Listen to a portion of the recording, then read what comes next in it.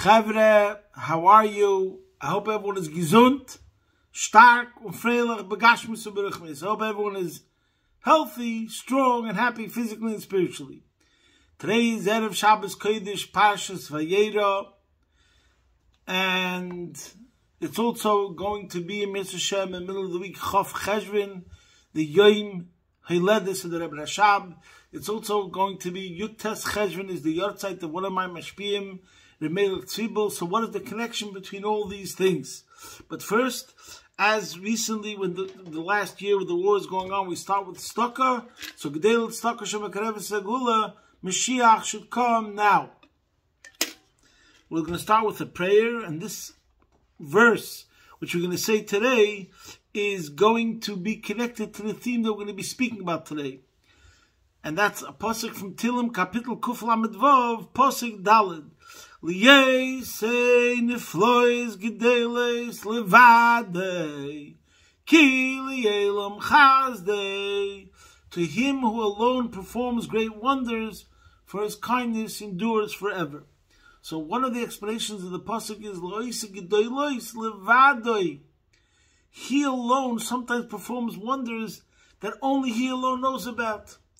You don't even know about it. There could be 1,000 plots against the Jewish people by enemies of the Jewish people, and Hashem could perform these miracles that destroys their plots, and we don't even know about it. It happened behind the scenes. So we should always be aware that the Eibishter is looking after us and protecting us in ways that we don't even know about.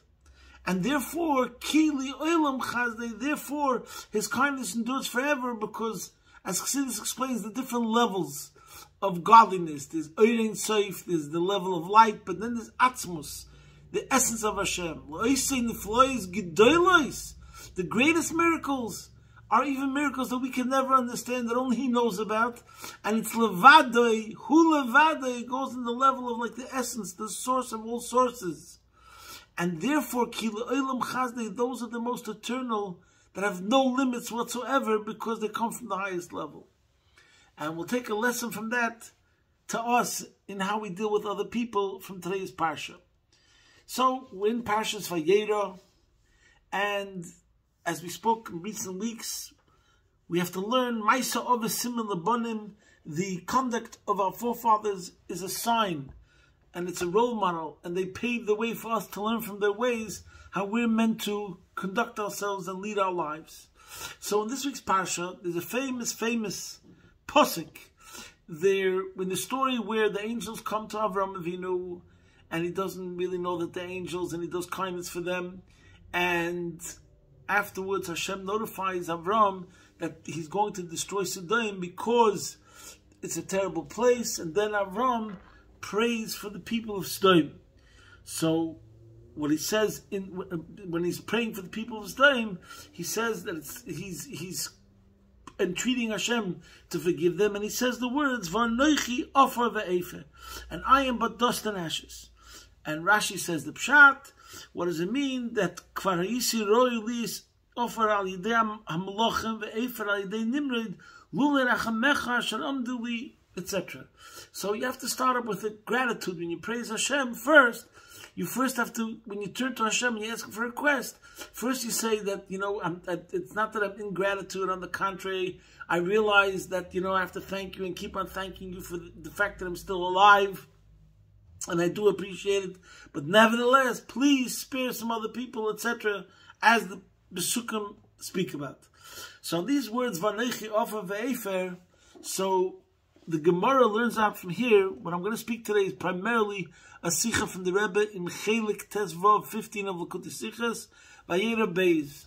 So the Gemara says, the Gemara in Soita, B'schar Shama Avram Avinu Vanechi Ofer Ve'efer, because Avram Avinu said, but I am dust and ashes, Zochu Bonov L'shtei Mitzvahs, his children were merited to have 2 commandments, Efer Pora, Efer Sora. The ashes of the Parah Aduma and the dust of the Soita. Because the mitzvah of Parah Aduma involves burning a cow, and we use the ashes mixed with water to purify the one who is impure with the worst degree of impurity. So we have ashes over there.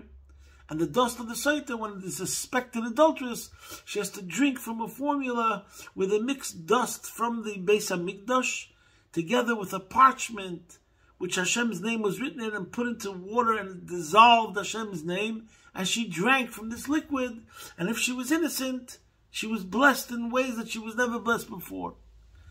So, the simple pshat in the Gemara is because Avraham said the words, Ofer and Efer, so, and he was humble, so therefore the children merited 2 commandments that have Ofer and Efer, dust and ashes in them.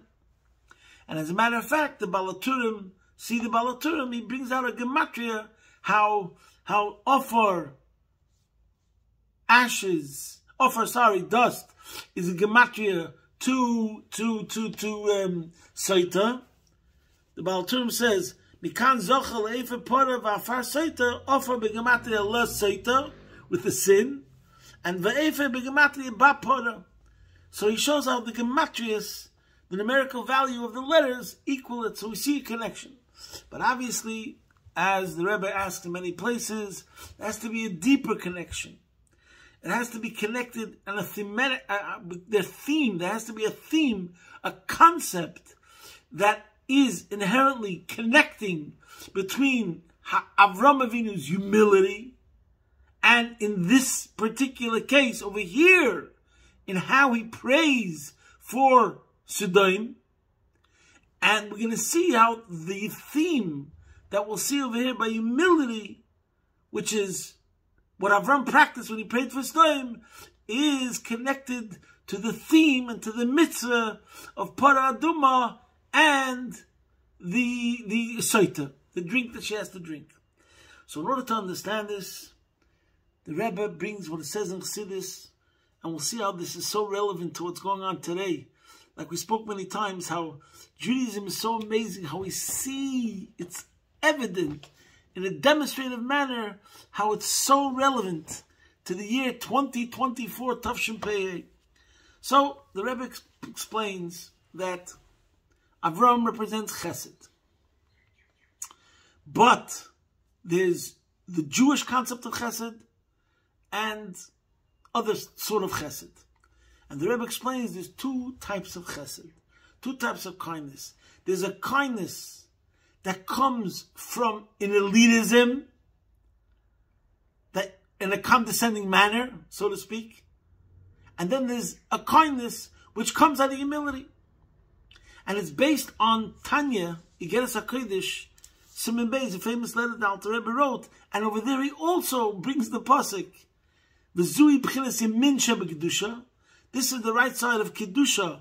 V'chesed la'Avram, sha'omar v'anochi ofer ve'efer.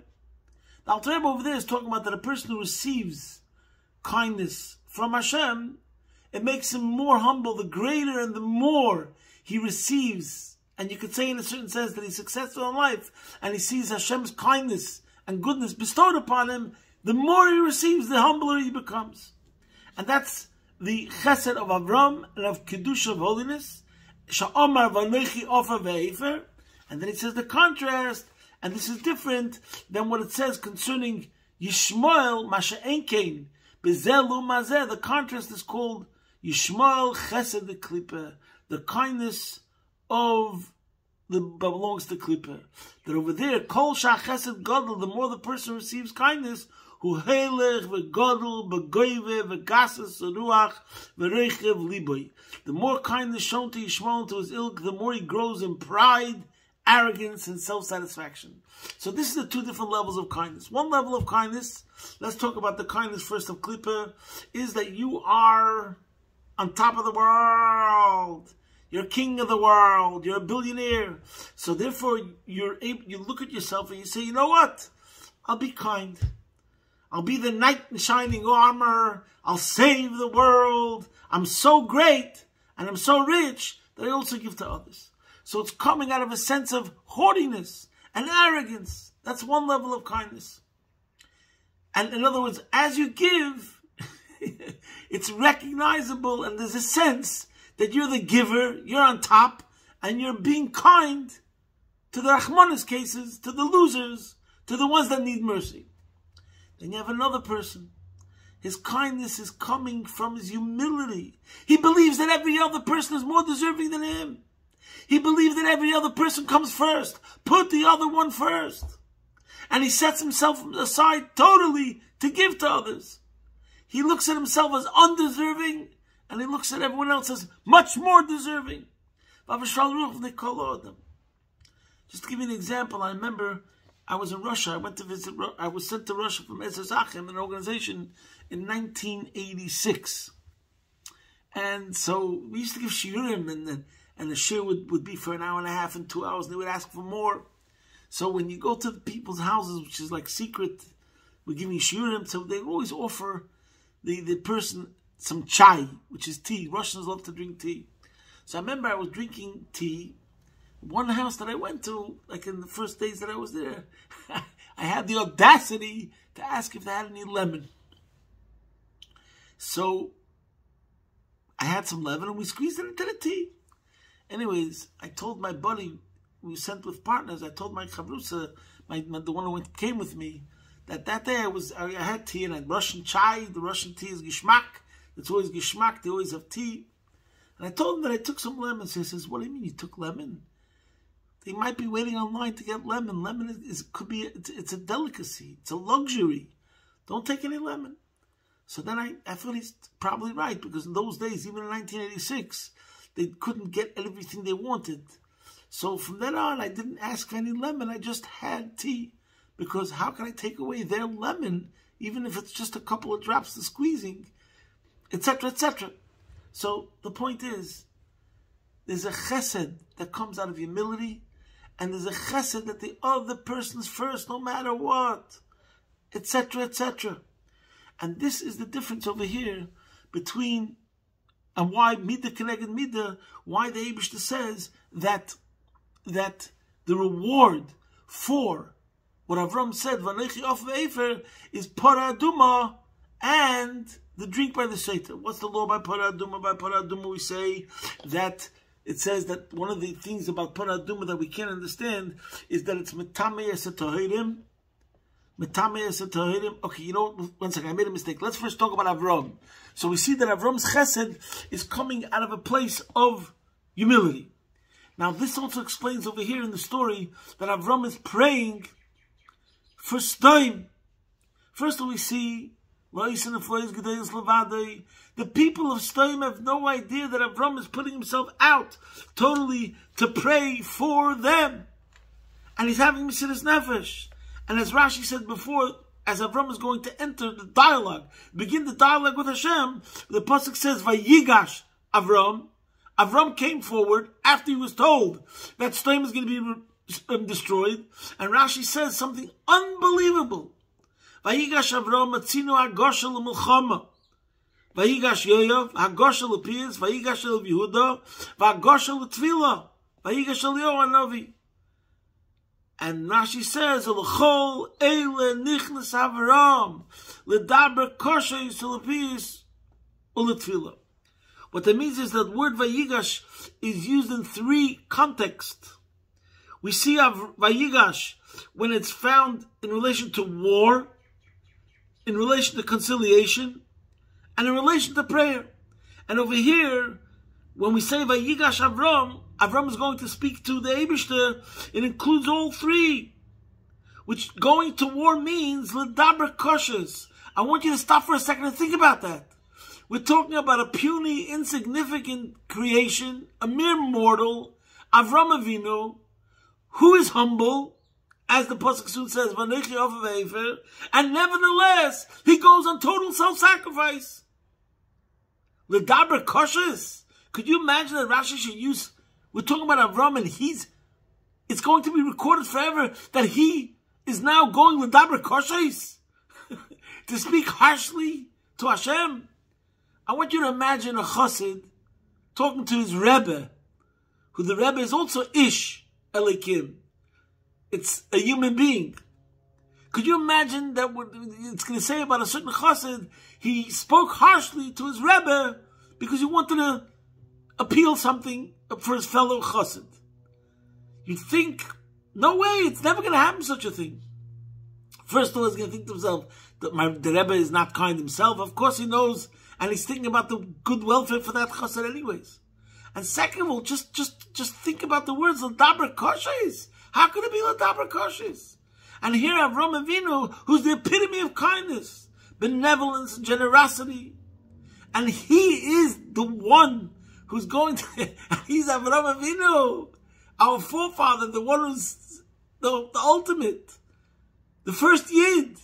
And we see that when it comes to saving another, and to advocate for another, and to speak well of another, and to save another, he's ready to be l'daber koshes, to speak harshly to Hashem himself. Wow, wow, wow. So here we see the degree of Avram's humility. He's jeopardizing his relationship with Hashem, that now he's going to have to speak l'daber koshes for someone else. That can only come out of humility. Because here's going to be the difference if we see somebody who's doing his kindness because of his haughtiness, or they're doing your kindness because of humility. One difference is not only the feeling, what's going, the incentive, and the feeling, the temperament of the person, but it makes an afkemin l'maisa.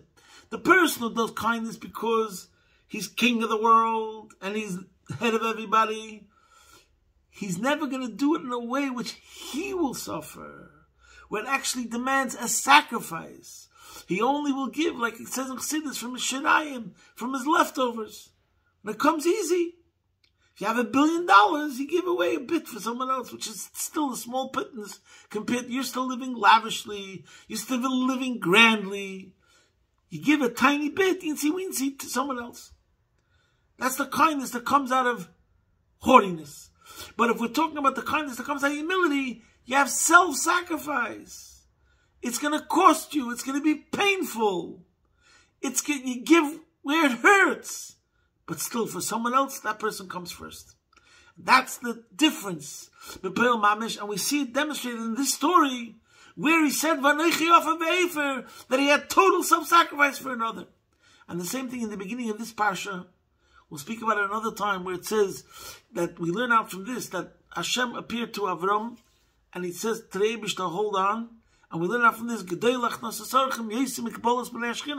that treating guests is greater than speaking to Hashem himself, engaging and having a dialogue, an encounter with Hashem himself.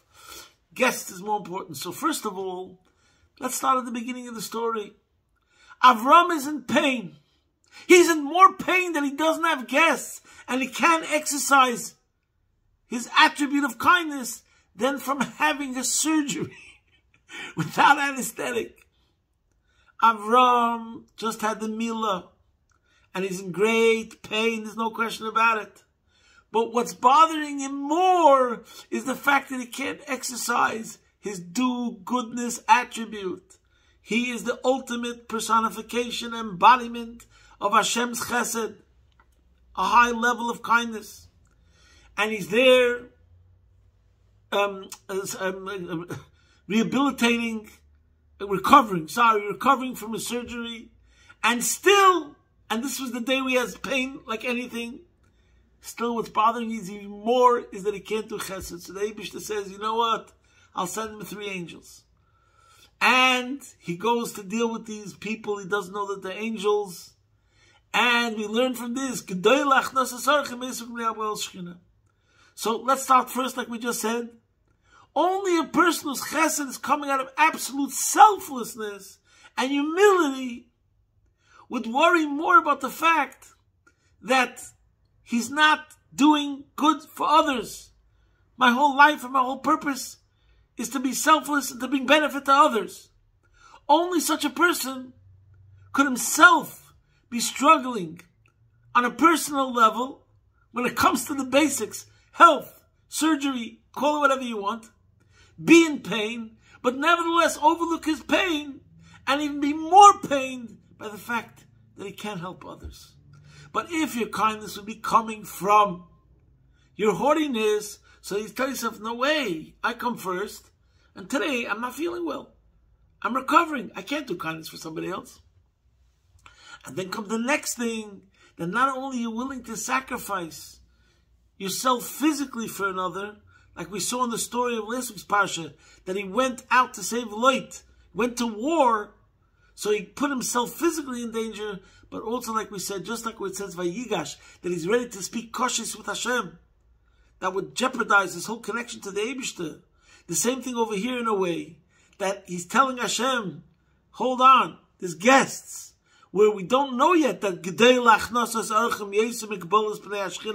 that treating guests is even greater than conversing with Hashem. So it's a risk in a way. What do you mean? You're telling Hashem, hold on? So he's, again, sacrificing himself spiritually for another person, which by a person who's a holy person, the sacrifice of spirituality is greater than the physical sacrifice. So this is what we learn, that another person, to do a favor for another person, even physically, is greater than your own spiritual levels, no matter how high, no matter how great. Now we understand, the Rebbe says, the reward, midah keneged midah, in Yiddishkeit, it's measure for measure. There's an inherent connection. The reward that the Jews, that the Yidden get, the mitzvah of Parah Adumah and the mitzvah of the Saita drinking the water, we get that because it's the same exact thing.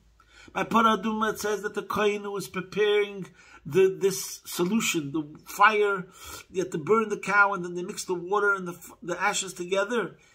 And this is one of the wonders, the befuddlement, the riddle, the question about Parah Adumah, which makes it something that's hard to understand. That it says that it's Metayer es hatmeim u'metameh es hatahorim. That it made pure the one who was impure, but it made impure the one who was pure. The Kohanim that prepared this solution, they became impure.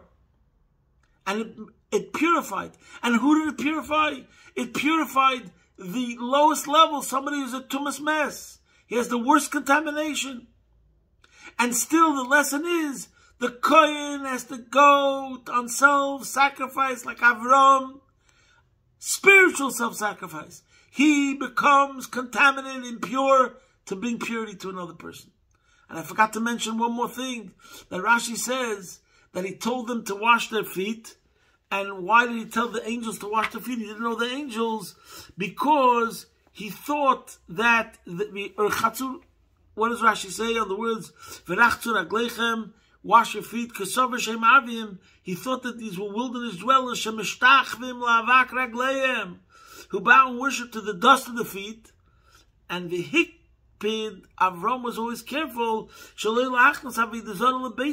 bring idolatry into his house. So therefore, Avram thought that these people were idol worshippers. So again, to the lowest sort of people that were idol worshippers, that he had to make sure he asked them to wash their feet. He put himself aside and he went and served them instead of dialoguing with Hashem to do kindness for another. Even though they might be idol worshippers, but they need food, they need drink, they need shade. I'm there for them. Same thing over here, going back to Parah Adumah, the one who's in the lowest level, similar to the idol worshippers, the one who is being contaminated with the tumas mess, the highest level of impurity, the Kohen has to go on self-sacrifice for him. And the same thing we find concerning Saita. Hashem himself said that his name is erased. You have to write his name on a parchment, a specific verse, and then you put that parchment in water mixed with the dust. That's the dust, ashes and dust. And his name becomes dissolved.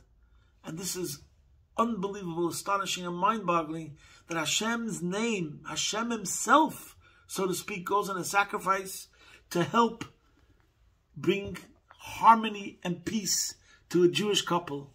So Hashem rewarded us that this should be given over to Avram and Lebnei Machrei Matzev Kol HaDoros, that the whole point of Yiddishkeit is built on an Avram Avinu, and this is passed on for generation and included this concept in these two mitzvahs, that we always put ourselves aside and the other one comes first, and that's what Jewish kindness is all about, and that's the beauty of the Jewish nation. There's also actually another place where this pasuk is brought down. I'm sure I mentioned it before because I just love it. I think one of the most chassidish Rashis of all the Chumash is where the pasuk says, Hashem says, not because you're the many that Hashem choose you. No, so the simple meaning of the pasuk is Hashem didn't choose. You can't say Hashem chose us because we are great in numbers, because quantity. Because the fact is that we're not. We're a minority. But Rashi says ki atamamat is a reason why He chose us. We are the minority means we make ourselves small. See that Rashi over there? It is so unbelievable. Rashi says, Atamama'at, you are the ones who belittle yourselves. You are the least, you are the minority. It means you belittle yourselves. Like Avram, who said, he brings down these words, I am but dust and ash. And then he brings see there, but then he says, and Sancherev, see the Rashi. So for there, Rashi brings such a contrast, similar to what the Alter Rebbe wrote in the הקודש, Simen Beis. We see in the Goyish world, the more a person becomes successful, the greater he becomes, the more he starts believing in himself. It's about me. And we see this in the olden days with the emperors, with the kings, with the Caesars. You know, they start as a general, they're very successful, they win many wars and battles and campaigns, and then they become a governor, and then they become a emperor, and they start with stamps, and then with coins, and then with busts, and then they deify themselves, who knows? So, in other words, it's like the contrast is amazing.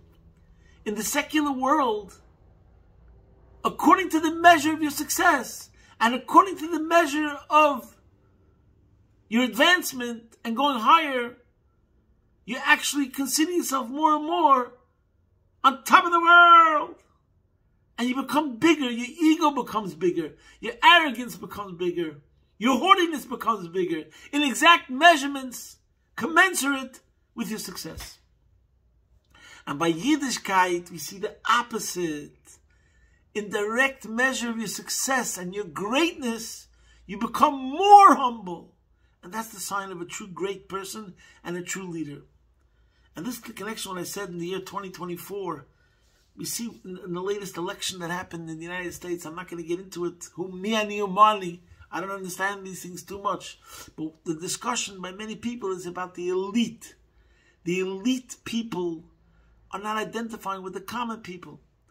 But they preach, the talk that they talk is one of, it's called, people are calling it virtue signaling. They're looking out for the other person, they're caring for the other person. It's baloney. They're just speaking like that. But everyone is saying that they talk in such a way like they're better than thou. They talk in such a way which is condescending. And they talk in such a way that they are the elite. They're better because they care. Exactly as the Rebbe explains in the Sikha. They're doing kindness because they're a better person.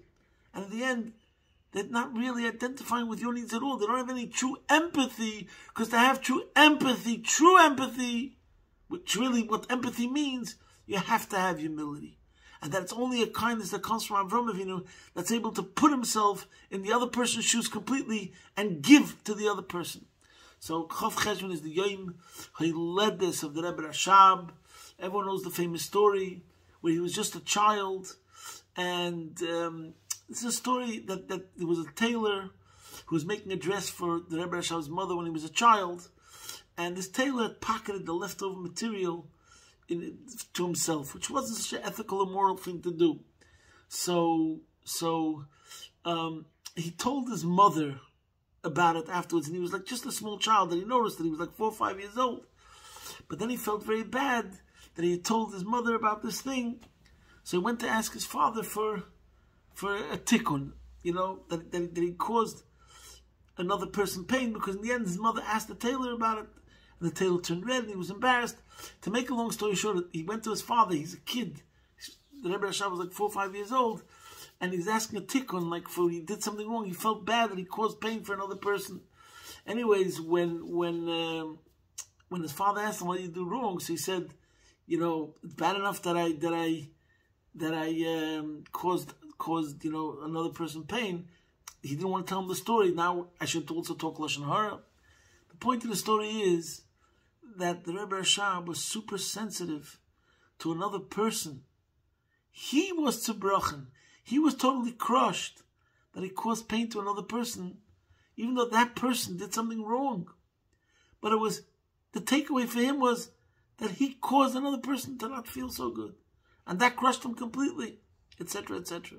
That's the Rebbe Rashab. Concerning my mashpir of Meil Tzibul, whose yahrzeit is this Yutes Cheshvan, one thing that makes him outstanding, and I have no other mashpia that was like this, when it came to Farbrengen with the Bachrim, there's some photos you could see, there's no other mashpia that you see that he embraces the Bachrim by the Farbrengens. He mamish danced with them, danced on the table, made kula, a somersault, and it's amazing how he just hugged and embraced the Bachrim by these Farbrengens, and he got involved totally like one of the boys.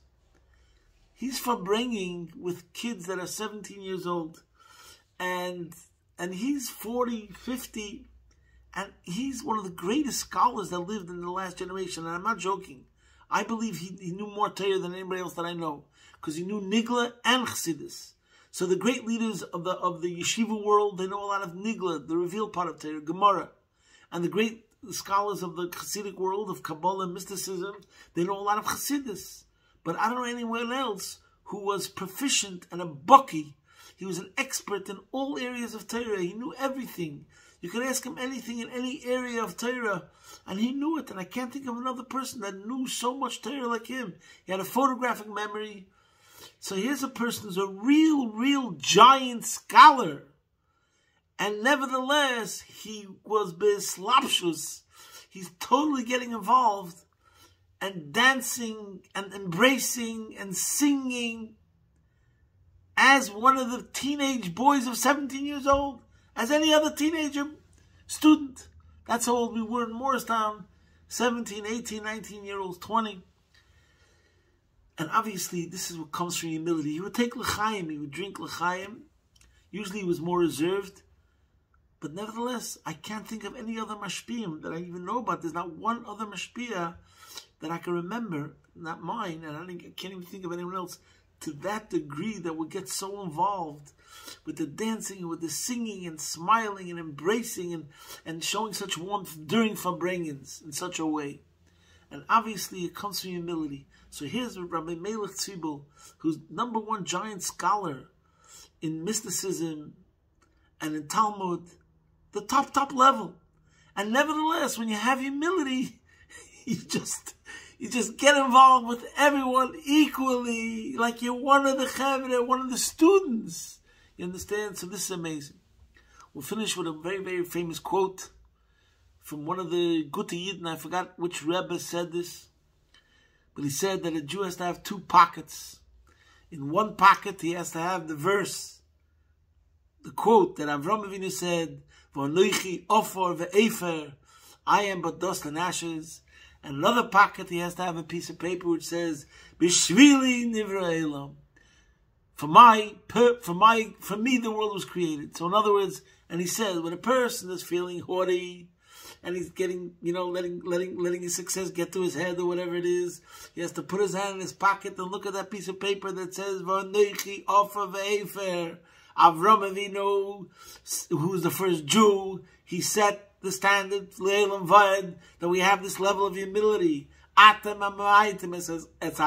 is what a Jew is. That's why Hashem chose us, because we have humility. But when you're feeling down and out and crushed, you have to take out that piece of paper and say, "B'shvili nivro elam." The entire world and everything in it was created for my benefit. So you matter. So this is what Yiddishkeit is about. We should have this balance together, and the Eibusher should help, that we should just develop this attribute of humility more and more, and there's no question about it. It's not spoken about enough. And there's no question about it that through this humility, as we see by Avraham Avinu, the more humility, the more chesed. The more chesed, the more achdus. U'borcheinu avinu kulonu ke'echad. The more achdus we have, this will be the vehicle to bring Mashiach. Begula mitzvah shleima, take of me ad mamish, posting from my home, Be'ez Hashem Yisbarach, your man in Melbourne.